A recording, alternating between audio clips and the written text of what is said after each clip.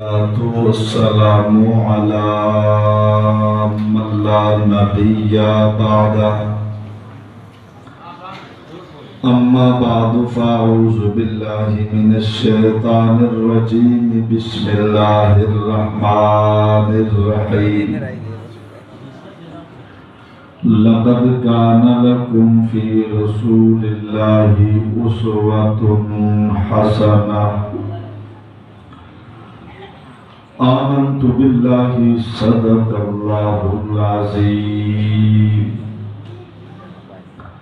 عزیزان محترم، قابل تکریم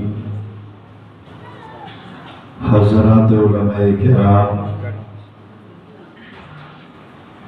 معززین علاقہ، مدعوین شہر، جامع مسجد حاضہ کے معاہد نمازی بزرگوں عزیزوں، آج پہلی مرتبہ آپ کے امام و خطیب صاحب کے حکم پر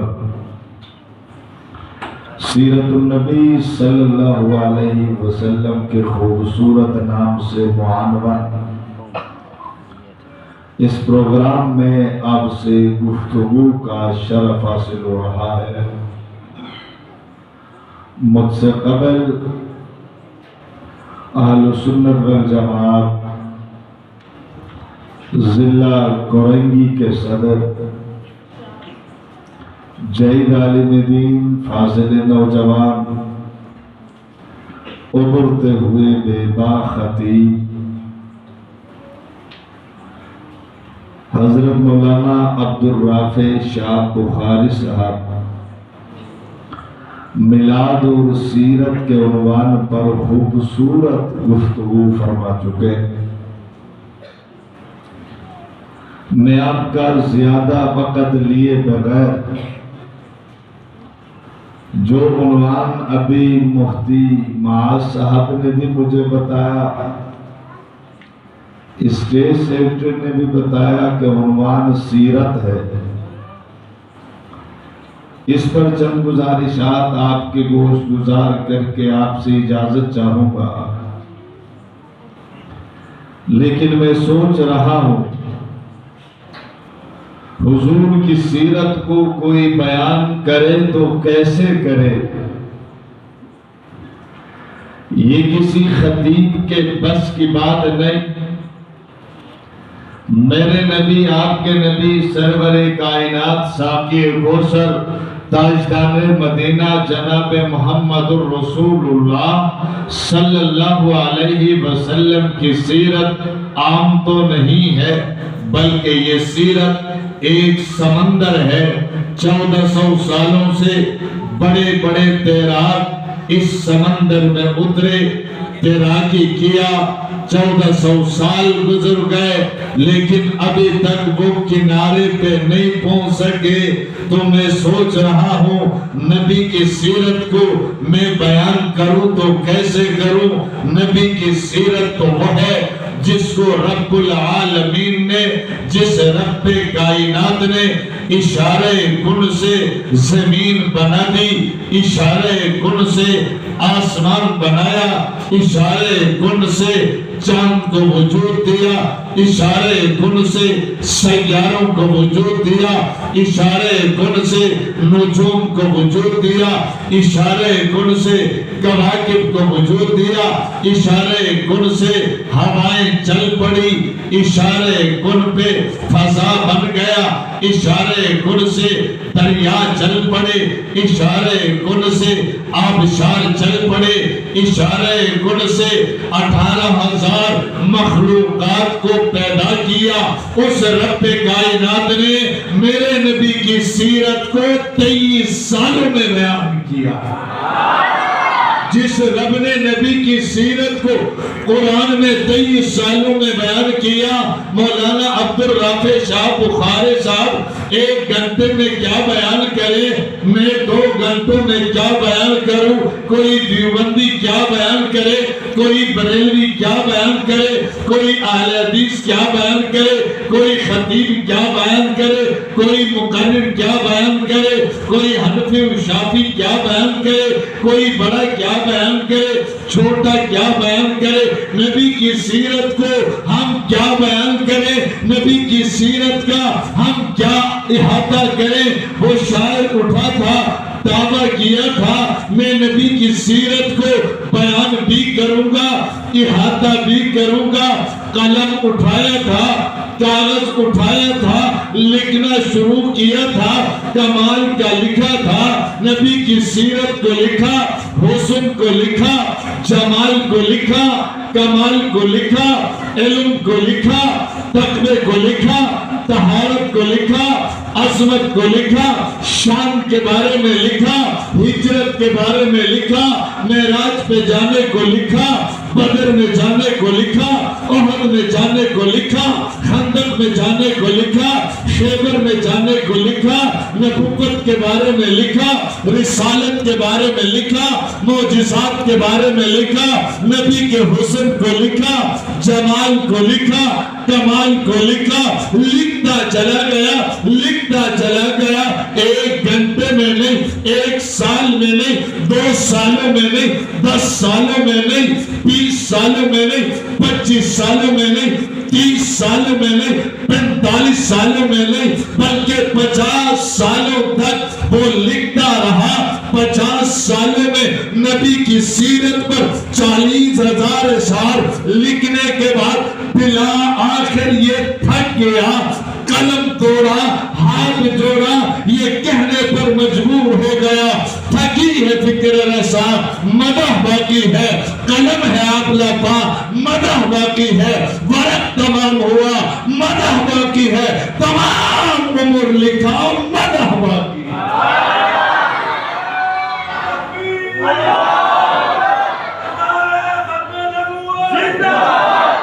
50 سالوں میں 40,000 اشعار لکھ کر پھر بھی کہتا ہے تھکی ہے فکر رسا، مدح باقی ہے، قلم ہے آپ لپا، مدح باقی ہے، ورق تمام ہوا، مدح باقی ہے، تمام عمر لکھا، مدح باقی ہے۔ میں نے تخیل میں اس شاعر سے پوچھا 50 سالوں میں 40,000 اشعار لکھ کر تو نے قلم توڑا کیوں؟ کہنے لگا مولانا میں تصور کی دنیا میں پرواز کرتا رہا، مشرق میں مغرب دیکھا، شمال دیکھا، جنوب دیکھا، عرب دیکھا، عجم دیکھا، کالے دیکھے، گورے دیکھے، دیندار دیکھے، بے دین دیکھے، پہاڑوں کا سفر کیا، صحراؤں کا سفر کیا۔ میں نے کہا اس کا اس بات سے کیا تعلق ہے؟ آپ نے مشرق و مغرب، شمال و جنوب سب دیکھا ہے، لیکن قلم توڑا کیوں؟ کہنے لگا مولانا یہی تو میں بتا رہا ہوں، یہی تو سمجھا رہا ہوں، میں نے سفر کیا ہے، دنیا کا چپا چپا دیکھا ہے۔ میں نے کہا پھر کیا ہوا؟ کہتے ہیں میں جہاں بھی گیا وہاں قدم نبوت نظر آئے۔ میں نے کہا کیا مطلب؟ کہنے لگا جہاں بھی گیا فیضان نبوت نظر آیا۔ میں نے کہا کیسے؟ کہنے لگا 1400 سال کے بعد میں بکرا پیڑی گیا۔ میں نے کہا پھر کیا ہوا؟ کہتا ہے مسجد میں بیٹھ کر لوگوں کو میں نے قرآن پڑھتے ہوئے دیکھا۔ میں نے کہا قلم توڑا کیوں؟ کہتے ہیں مشرق میں جو قرآن پڑھا جا رہا ہے نبوت کا فیضان ہے، مغرب میں قرآن پڑھا جا رہا ہے نبوت کا فیضان ہے، جہاں اچھائی نظر آتی ہے نبوت کا فیضان ہے، جہاں عدالت نظر آتی ہے نبوت کا فیضان ہے، جہاں شرافت نظر آتی ہے نبوت کا فیضان ہے، نمازی کی نماز نبوت کا فیض ہے، ہاں نمازی کی نماز نبوت کا فیض ہے، روزہ دار کا روزہ نبوت کا فیض ہے، اللہ کے سامنے سجدہ کر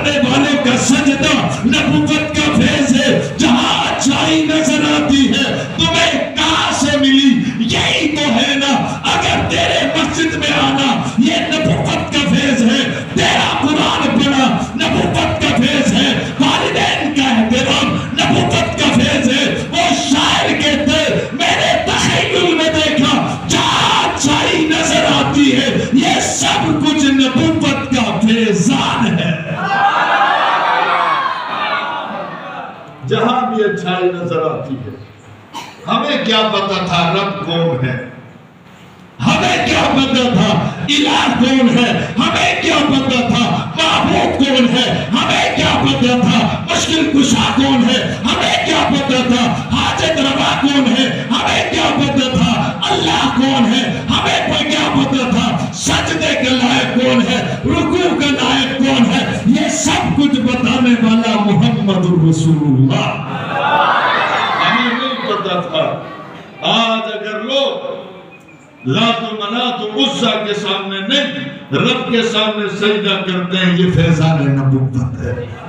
میں نے کہا یہ تو میں مانتا ہوں، یہ تو میں بھی مانتا ہوں، ابو بکر کی صداقت نبوت کا فیضان ہے، عمر کی عدالت نبوت کا فیضان ہے، عثمان کی حیا نبوت کا فیضان ہے، علی کی شجاعت نبوت کا فیضان ہے، معاویہ کا کاتب وحی بننا نبوت کا فیضان ہے، صحابہ کا عظمت والا بننا نبوت کا فیضان ہے۔ میرا بھی یہی عقیدہ ہے۔ حضرت مدنی کا علم نبوت کا فیضان ہے، شیخ الہند کا علم نبوت کا فیضان ہے، انور شاہ کاشمیری کی ذہانت نبوت کا فیضان ہے۔ میں تو یہاں کے تک کہتا ہوں امیر عظیمت حق نواز کی استقامت بھی نبوت کا فیضان ہے۔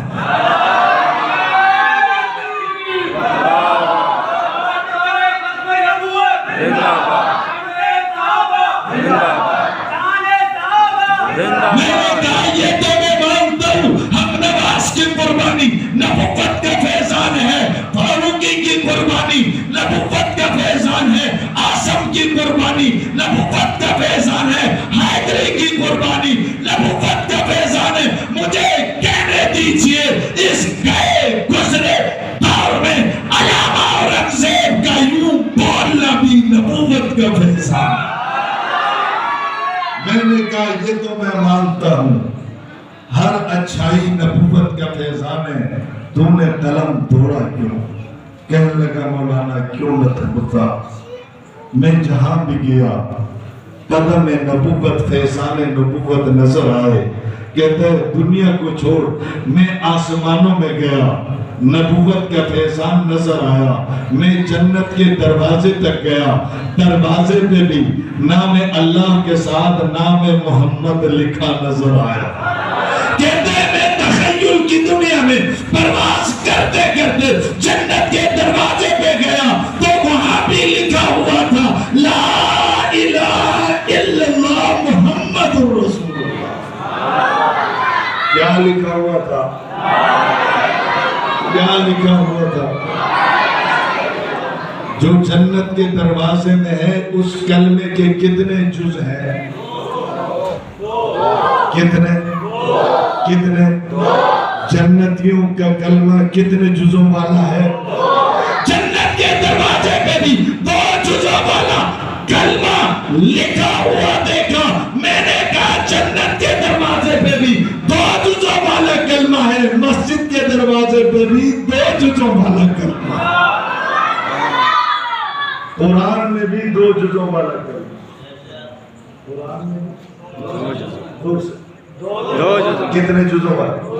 قرآن میں بھی 2 جزوں والا، حدیث میں بھی 2 جزوں والا، نبی نے جو کلمہ پڑھا ہے وہ 2 جزوں والا، علی نے جو کلمہ پڑھا وہ بھی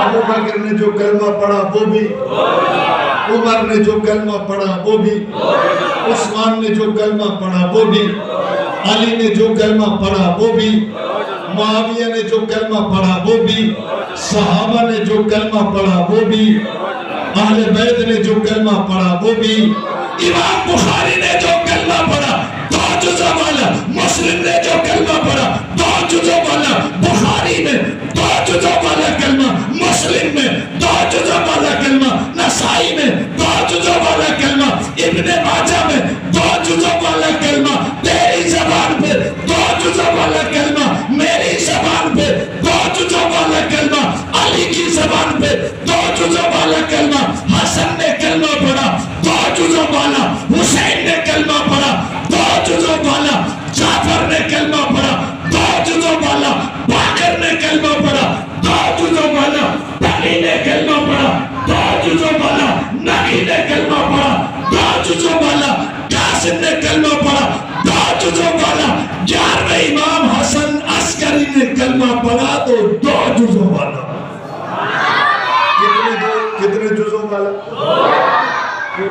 کون سا کلمہ؟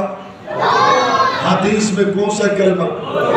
علی نے کون سا کلمہ پڑھا؟ ایک اور کلمہ بھی ہے، ایک اور کلمہ بھی ہے، اس کے 2 جز نہیں 5 جز ہے. سمجھ رہے؟ نہیں سمجھ؟ ایک اور کلمہ بھی ہے، اس کے 2 جز نہیں، کتنے جز ہیں؟ کتنے؟ مجھ سے کسی نے پوچھا کہ یہ قرآن میں ہے 5 جزوں والا، 2 جزوں والا تو ہے، 5 جزوں والا کلمہ قرآن میں، حدیث میں، بولو، بخاری میں، مسلم میں، نسائی میں. علی نے بھی، حسن نے بھی، حسین نے بھی، زین العابدین نے بھی، باقر نے بھی، جعفر نے بھی، تقی نے بھی، نقی نے بھی، موسیٰ کاظم نے بھی، حسن عسکری نے بھی. نہیں پڑھا. تیرے 11 اماموں میں سے کسی نے نہیں پڑھا. جب یہ قرآن میں نہیں، حدیث میں نہیں، علی نے پڑھا نہیں، جنت کے دروازے پہ نہیں. مجھ سے کسی نے پوچھا 2 جزوں والا قرآن میں بھی ہے، حدیث میں بھی ہے، جنت کے دروازے میں بھی ہے، ان کا کلمہ کہاں ہے؟ میں نے کہا جنتیوں کا کلمہ جنت کے دروازے پہ، جہنمیوں کا کلمہ جہنم کے دروازے پہ.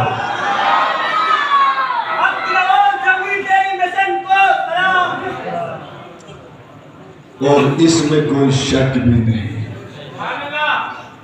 خیر میں عرض کر رہا تھا، وہ شاعر کہتے ہیں میں چلتے چلتے جنت کے دروازے پہ گیا، نام الخدا کے ساتھ نام محمد لکھا نظر آیا. میں نے کہا پھر کیا ہوا؟ کہتے ہیں میں نے جنت میں قدم رکھا. میں نے کہا پھر کیا ہوا؟ کہتے ہیں حور و غلمان کی پیشانیوں پہ بھی نام محمد لکھا دیکھا. میں نے کہا پھر کیا ہوا؟ کہتا ہے میں آگے بڑھا، ایک بڑا خوبصورت محل نظر آیا. میں نے پوچھا یہ کس کا مکان ہے؟ آدم صفی اللہ کا ہے؟ جواب ملا کہ نہیں. نوح نجی اللہ کا ہے؟ جواب ملا کہ نہیں. ابراہیم خلیل کا ہے؟ جواب ملا کہ نہیں. موسیٰ کلیم کا ہے؟ جواب ملا کہ نہیں. عیسیٰ روح اللہ کا ہے؟ جواب ملا کہ نہیں. میں نے پوچھا محمد الرسول اللہ کا ہے؟ جواب ملا کہ نہیں. میں نے کہا اتنے خوبصورت مکان کس کا ہے؟ جواب ملا یہ نبی کے غلام صدیق اکبر کا. میں نے کہا 40,000 اشعار لکھ کر تو نے قلم توڑا کیوں؟ کہنے لگا میں نے جنت میں ابو بکر کا گھر بھی دیکھا، عمر کا گھر بھی دیکھا، پھر چلتا چلا گیا، نبوت کے قدم بڑھتے چلے گئے، چلتے چلتے چلتے پھر نبوت کے قدم وہاں پہنچ گئے جہاں جبریل کو بھی جانے کی اجازت نہیں، میکائیل کے قدم بھی نہیں پہنچے، اسرافیل کے قدم بھی نہیں پہنچے. کوئی ناری، کوئی نوری، کوئی آبی، کوئی خاکی، کوئی اللہ، کوئی بلند، کوئی بالا، کوئی نبی، کوئی رسول، کوئی پیغمبر وہاں تک نہیں پہنچا. میں نے کہا قلم توڑا کیوں؟ کہنے لگا وہ دیکھو نبی اتنے اونچے ہو گئے، اتنے اونچے ہو گئے، وہاں جبریل نہیں پہنچا، میکائیل نہیں پہنچا، اسرافیل نہیں پہنچا. میں نے کہا تم نے قلم توڑا کیوں ہے؟ کہنے لگا وہی تو بتا رہا ہوں، نبی اتنے اونچے ہو گئے، اب آسمان بھی نیچے، نبی اونچے، ہوا بھی نیچے، نبی اونچے، فضا بھی نیچے، نبی اونچے، خلا بھی نیچے، نبی اونچے، جمادات نیچے، نبی اونچے، نباتات نیچے، نبی اونچے، کائنات نیچے، نبی اونچے، جنت بھی نیچے، نبی اونچے. میں نے کہا اس میں بھی انکار کوئی نہیں. تو نے کہا نبی اونچے، کائنات نیچے. میرے اور میرے اکابر کا عقیدہ ہے پوری کائنات نیچے، نبی کا جوتا بھی اونچا. کہنے لگا کہ مولانا دیکھو نا، میں نے قلم اس لیے توڑا آسمان نیچے رہ گیا. میں نے کہا قلم کیوں توڑا؟ کہتا ہے نبی جہاں پہنچے وہاں الفاظ نہیں ہیں. الفاظ نہیں ہے، الفاظ تو نیچے. مفتی صاحب تشریف رکھتے ہیں، جہاں نبی پہنچے وہاں الفاظ نہیں ہیں، وہاں معانی نہیں ہیں، وہاں جملے نہیں ہیں، وہاں حروف نہیں ہیں، وہاں قلم نہیں ہے، یہ سب کچھ تو صریف الاقلام میں ہے۔ صریف الاقلام تو نیچے ہے۔ وہ شاعر کہتا ہے تو نے نہیں دیکھا نبی جہاں پہنچے الفاظ کوئی نہیں، معنی کوئی نہیں، جملے کوئی نہیں، حروف کوئی نہیں، نبی اتنے اونچے، الفاظ نیچے، معنی نیچے، جملے نیچے، جب وہاں جملے ہی نہیں، حروف ہی نہیں، معنی نہیں، میرے اشعار جملوں کے محتاج، حروف کے محتاج، الفاظ کے محتاج، وہ الفاظ کوئی نہیں، تو میں نے قلم توڑا، یہ کہنے پر مجبور ہو گیا، تاکہ یہ فکر رسا مدح باقی ہے، قلم ہے اب لبا، مدح باقی ہے، برق تمام ہوا، مدح باقی ہے، تمام عمر لکھا مدح باقی۔ عرض کر رہا تھا کہ نبی کی سیرت کو میں گھنٹے میں کیسے بیان کروں، 40,000 اشعار لکھ کر وہ شاعر تھک گیا، قلم توڑا۔ میں صرف نبی کی سیرت کا احاطہ تو نہیں، خلاصہ 2 جملوں میں آپ کے سامنے رکھ کر میں بات ختم کرنے لگا ہوں۔ ایک نبی کی سیرت ہے، اس کا احاطہ نہیں، ایک نبی کی سیرت کا خلاصہ ہے، لب لباب ہے۔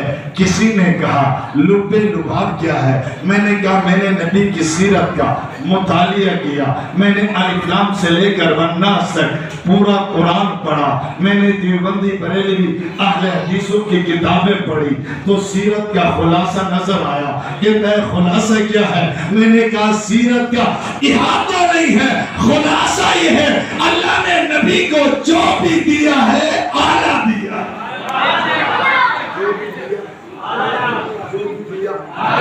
اعلیٰ دیا، عرفہ دیا، بلند دیا، بالا، بس یہ سیرت کا خلاصہ۔ پھر اس میں سے ہر بات کا آپ الگ چلائیں تو بات لمبی ہو جائے گی۔ خلاصہ لب لباب یہ ہے اللہ نے نبی کو جو بھی دیا سب سے اعلیٰ دیا، اتنا اعلیٰ دیا کہ اس سے اعلیٰ چیز کوئی اور نہیں تھی۔ خلاصہ یہ ہے اللہ نے نبی کو جو بھی دیا، کسی نے کہا کیسے؟ میں نے کہا حسن دیا، جمال دیا، کمال دیا، علم دیا، تقوی دیا، طہارت دے دی، صداقت دے دی، عدالت دے دی، شرافت دے دی، عظمت دے دی، نبوت دے دی، رسالت دے دی، سنت دے دی، معجزات دیے، مکہ دیا، مدینہ دیا، زبان دے دی، جو بھی دیا سب سے اعلیٰ دیا، عرفہ دیا، بلند دیا، بالا دیا، اتنا اعلیٰ دیا، اس سے اعلیٰ ہو بھی نہیں سکتا۔ کیا تو نے نہیں دیکھا سب کو زمانہ دیا، میرے نبی کو خیر القرون دے دیا، سب کو شہر دیا، میرے نبی کو مکہ دیا تو مکرمہ دیا، مدینہ دیا تو منورہ دیا، سب کو کتابیں دی، کتابوں میں دے دی، میرے نبی کو قرآن دیا تو سینوں میں دے دیا، ہر چیز اعلیٰ دے دی، حسن اعلیٰ، جمال اعلیٰ، کمال نبوت، رسالت، فضل، چہرہ، چادر، سب کچھ، سب کچھ، سب کچھ، یہی تو بتا رہا ہوں۔ جب ہر چیز اعلیٰ دے دی، ہمارا عقیدہ ہے علاقہ دیا، علاقہ اعلیٰ، مکہ دیا، مکہ اعلیٰ، مدینہ دیا، مدینہ اعلیٰ، زمانہ دیا، زمانہ اعلیٰ، پھر مجھے کہنے دیجئے بات دی، بات اعلیٰ، ذات دی، ذات اعلیٰ، جماعت دی، جماعت اعلیٰ دے دی۔ نبی کو جب ہر چیز اعلیٰ دے دی، ذات دی تو ذات، بات دی تو بات، کسی نے کہا بات اعلیٰ کیسے؟ میں نے کہا تو بات کرے تو بات بنے، نبی بات کرے تو ارشاد بندہ ہوا نظر آتا۔ ہاں لڑائی دی تو اعلیٰ دے دی، کہا کیسے؟ میں نے کہا تو لڑے تو فساد کہلائے، نبی لڑے تو جہاد کہلاتا ہے۔ جی ہاں، سب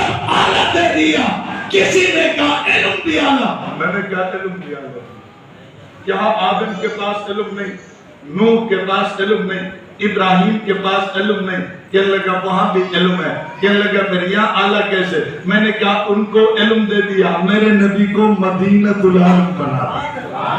کسی نے کہا کہ مولانا عالم کیا ہوتا ہے، مدینۃ العلم کیا ہوتا ہے؟ میں نے کہا مدینۃ العلم وہ ہوتا ہے اس کا اٹھنا بھی علم ہوتا ہے، بیٹھنا بھی علم ہوتا ہے، چلنا بھی علم ہوتا ہے، بولنا بھی علم ہوتا ہے، مسکرانا بھی علم ہوتا ہے، ہاں کہیں تو بھی علم ہوتا ہے، نہ کہے تو بھی علم ہوتا ہے، بیٹھ جائے تو بھی علم ہوتا ہے، ہجرت کرے تو بھی علم ہوتا ہے، اس کی انگلیوں میں بھی علم ہوتا ہے، اشارے میں بھی علم ہوتا ہے، مشار الیہ میں بھی علم ہوتا ہے۔ میں نے بڑا عجیب جملہ کہا کہ مدینۃ العلم وہ ہوتا ہے اس کے اشارے میں بھی علم ہوتا ہے، جس چیز کی طرف اشارہ کرے اس میں بھی علم آ جاتا۔ کسی نے کہا وہ کیسے؟ میں نے کہا تو نے نہیں دیکھا، میرے نبی کے انگلی میں بھی علم ہے، اشارے میں بھی علم ہے، مشار الیہ میں بھی علم ہے۔ کہنے لگے کیسے؟ میں نے کہا میرے نبی تشریف فرما ہے، سامنے درخت ہے، نبی نے یوں اشارہ کیا، کیا کیا؟ کیا کیا؟ درخت زمین کو چیرتا ہوا بھاگتا ہوا نبوت کے قدموں میں آیا۔ میں نے تخیر میں پوچھا ارے درخت میں اشارہ کروں تو چلتا نہیں، پیر اشارہ کرے تو چلتا نہیں، مرشد اشارہ کرے تو چلتا نہیں، بخاری سید آدمی ہے، عالم دین بھی ہے، حافظ قرآن بھی ہے، یہ اشارہ کرتا ہے تو چلتا نہیں، معاذ مفتی ہے، یہ اشارہ کرتا ہے تو چلتا نہیں، میں بلاتا ہوں تو چلتا نہیں، نبی نے اشارہ کیا تو چل پڑا۔ جواب ملا یہ علماء ہے، ان کے پاس علم ہے، نبی مدینۃ العلم ہے، اس کی انگلی میں بھی علم ہے، اشارے میں بھی علم ہے، میری طرف اشارہ کیا تو اللہ نے مجھے بھی شعور دے دیا۔ میں عرض کر رہا تھا اللہ نے نبی کو جو بھی دیا، یہ اہل سنت کا عقیدہ ہے، جو بھی دیا یہ سب کا عقیدہ ہے۔ اب یہ آپ مجھے بتاؤ، یہ ہو سکتا ہے کہ اللہ تبارک و تعالیٰ نبوت ایک نمبر دے، رسالت ایک نمبر دے، معجزات ایک نمبر دے، جمال ایک نمبر دے، کمال ایک نمبر دے، ابو بکر 2 نمبر دے؟ ہو سکتا ہے؟ نہیں ہو سکتا ہے؟ نہیں۔ سب کچھ آنا دے دے، صحابہ کی باری آئے تو ایک نمبر نہ دے، یہ ہو سکتا ہے؟ نہیں۔ ایک طبقہ یہی تو کہتا ہے اللہ نے سب کچھ اعلیٰ دے دیا، لیکن جب یاروں کی باری آئی اللہ نے ایک نمبر یار رکھ دیے، 2 نمبر نبی کو دے دیا۔ جو آدمی یوں کہے اللہ نے ایک نمبر چیز رکھ دی اپنے پاس، نبی کو 2 نمبر چائے نہ مال دے دیا، وہ مسلمان نہیں، وہ مسلمان نہیں۔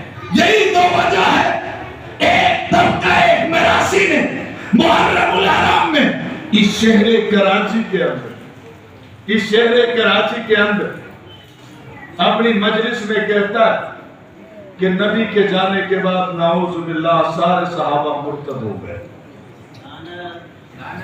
صدیق کا منکر، فاروق کا منکر، عثمان کا منکر، علی کا منکر۔ کہتے ہیں نبی کے جانے کے بعد سارے صحابہ نعوذ باللہ مرتد ہو گئے تھے۔ میں نے کہا میں تیری بات کیسے مانوں؟ کہنے لگا کیوں نہیں مانے گا؟ میں نے کہا 1400 سال کے بعد ہر مصیبت سہ کر سپاہ صحابہ کا کارکن نہیں بدلا ہے تو صحابہ کیسے بدل گئے؟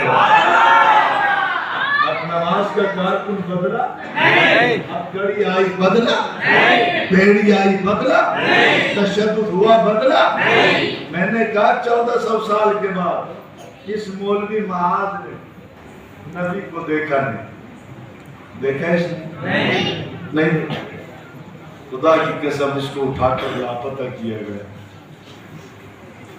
سالوں تک لاپتہ رہا، الٹا لٹکا کر مارا گیا، پیٹا گیا، آنکھوں میں پٹی باندھی گئی۔ وہاں سے آنے کے بعد مولوی معاذ نہیں بدلا، ابو بکر کیسے بدل گیا؟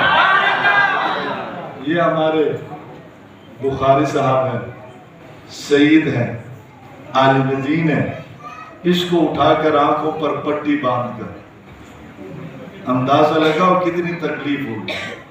مجھ جیسا کمزور سا آدمی کی بھی آنکھوں پر پٹی باندھو نا تکلیف ہوتی ہے۔ ماشاءاللہ یہ جسیم آدمی ہے، اتنی پریشانی ہو گئی ہوگی، لیکن جب باہر آیا تو یہ بھی 1400 سال کے بعد بخاری نہیں بدلا، جس نے نبی کو دیکھا نہیں۔ ابو بکر نے تو نبی کو دیکھا تھا، وہ بدل گیا ہوگا، بدل گیا ہوگا۔ کسی نے کہا مولانا اگر وہ بدلے نہیں تھے یہ کیوں کہہ رہا ہے؟ میں نے کہا وہ نہیں بدلے، یہ بدل گیا ہے۔ یہ بدلا کہ نہیں بدلا؟ بدلا کہ نہیں بدلا؟ اس کا عقیدہ نظریہ بدل گیا۔ کلمہ اس نے الگ بنایا نہیں بنایا؟ زور سے عبادت گاہ الگ بنائی کہ نہیں بنائی؟ اٹھنے بیٹھنے چلنے پھرنے کا انداز بدلا کہ نہیں بدلا؟ کلمہ علی والا اس کے پاس نہیں، نبی والا اس کے پاس نہیں، حسن والا اس کے پاس نہیں، حسین والا اس کے پاس نہیں، یہ بدلا ہے کہ نہیں بدلا؟ جب ہر چیز میں بدل گیا۔ آج کل مولویوں کو ہیضہ ہوتی ہے، بعض مولویوں، کچھ تو ریٹائر مولوی ہے، 60 سال کے بعد نا آدمی کا دماغ کمزور ہو گیا، وہ کام کے قابل نہیں رہے، اس لیے یہ سرکاری عہدوں پر 60 سال کے بعد رکھتے نہیں ہے، ریٹائر کرتے کہتے ہیں اب یہ آپ گھر میں تشریف کریں۔ یہ دماغی کام آپ کے بس کی بات ہے؟ کچھ ان میں وہ ریٹائرڈ مولوی ہیں جو دماغ سے فارغ ہو چکے، کچھ ان میں نوجوان ہیں آج کل وہ وحدت وحدت وحدت امت وحدت امت وحدت امت کا چورن بیچ رہے ہیں۔ یہ چیز کا بولو بولو وحدت امت کہتے ہیں عبادت ہونی چاہیے، عبادت ہونی چاہیے، عبادت ہونی چاہیے۔ ابو بکر کے صدیق اکبر کے دشمن کو سینے سے لگا کر کہتے ہیں عبادت ہونی چاہیے۔ عمر کو کافر جو کہہ رہا ہے سینے سے لگا کر کہتے ہیں عبادت ہونی چاہیے۔ تصویریں بنا کر کہہ رہے ہیں کہ عبادت ہونی چاہیے، ساتھ جلسہ کر کے کہہ رہے عبادت ہونی چاہیے۔ میں نے کہا یہ عبادت نہیں منافقت ہے۔ کہنے لگا منافقت کیوں ہے؟ میں نے کہا کہ تیرا اور اس کا کلمہ ملتا ہے، کہنے لگا نہیں۔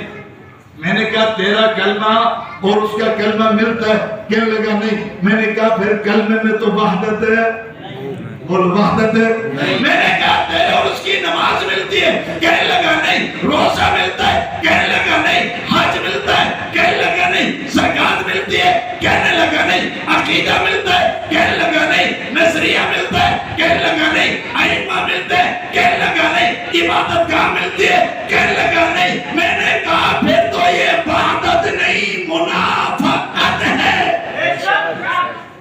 اگر وحدت ہوتی تو پھر کلمہ دونوں کا زور سے کلمہ ایک ہوتا، عقیدہ ایک ہوتا، نظریہ ایک ہوتا، بات ایک ہوتی، قرآن ایک ہوتا، ائمہ ایک ہوتے، مدارس ایک ہوتے، مساجد ایک ہوتے۔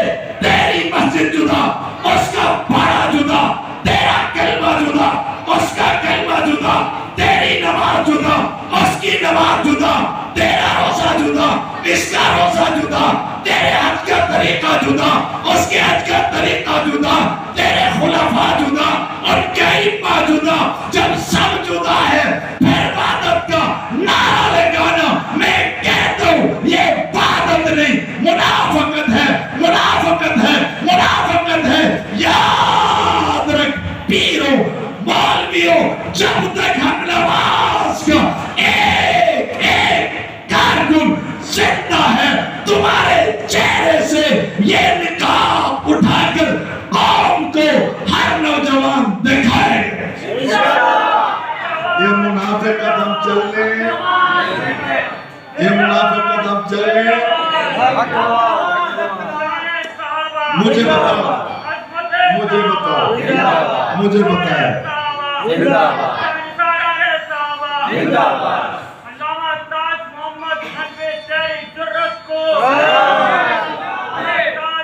توجہ ہے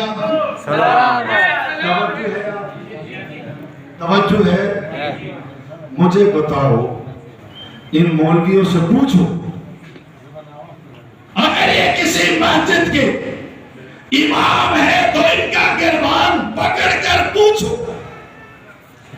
اگر یہ مدرسے کے محتمم ہے چندے دیتے ہو نا یہ بھی سوال کرو حضرت یہ جو وحدت کی بات تو کرتا ہے جس بے ایمان کو تو بھائی کہہ رہا ہے ابو بکر اس کو پسند نہیں تو کیسے پسند آ گیا جس کو عمر پسند نہیں تو پسند آ گیا جس کو عثمان پسند نہیں تو پسند آ گیا جس کو علی پسند نہیں تو پسند آ گیا جس کو معاویہ پسند نہیں تو پسند آ گیا کیا تیرے اخلاق ابو بکر سے بڑھ کر ہے عمر سے بڑھ کر ہے عثمان سے بڑھ کر ہے علی سے بڑھ کر ہے معاویہ سے بڑھ کر ہے اگر تو کہتے نہیں پھر اپنی اداؤں پر غور کر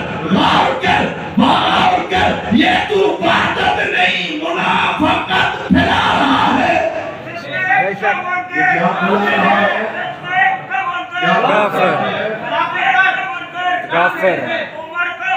رہا ہے او بابا اس میں تو کوئی شک ہی نہیں صرف کافر نہیں بدترین کافر ہے صرف کافر نہیں ابو بکر و عمر کا منکر غلیظ ترین کافر ہے تو انشاءاللہ العزیز صحابہ کا دفاع آپ کریں گے انشاءاللہ ہاتھ کھڑے کر کے کریں گے انشاءاللہ یہ بہت بڑا علاقہ ہے اللہ کے فضل سے پہلے یہاں ہمارا حلقہ ہوتا تھا ہمارے دوستوں وہ صحابہ کی بات کرتے تھے جلسے کرتے تھے مجالسیں ہوتی تھی لیکن آج کل اس علاقے میں ہمارا حلقہ نہیں نوجوانوں سے میری گزارش ہے آئیے اہل سنت والجماعت کے شانہ بشانہ چلیے آئیے ہمارے ساتھ دیجیے گلیوں میں محلوں میں گھروں میں صحابہ کا تذکرہ عام ہونا چاہیے ہر گھر میں ہر مسجد میں ہر مدرسے میں حکایات الصحابہ جو کتاب ہماری جماعت لے کر آئی ہے اس کی تعلیم ہونی چاہیے جماعت کے ساتھ جڑیں گے انشاءاللہ اس حلقے کو دوبارہ بنائیں گے انشاءاللہ یہاں کے ہمارے ذمہ دار مولانا سید عبدالغافر شاہ بخاری صاحب ہیں یہ آپ کے قریب ہوتے ہیں مزید 15 میں یہ ہمارے مفتی معاذ صاحب ہیں یہ بھی ہمارے اسٹون کے ذمہ داران ہیں جو نوجوان نئے سرے سے یہ کام کا آغاز کرنا چاہتے ہیں ہمارے ذمہ داروں کے ساتھ آپ رابطہ فرمائیں اللہ ہم سب کا حامی ناصر ہو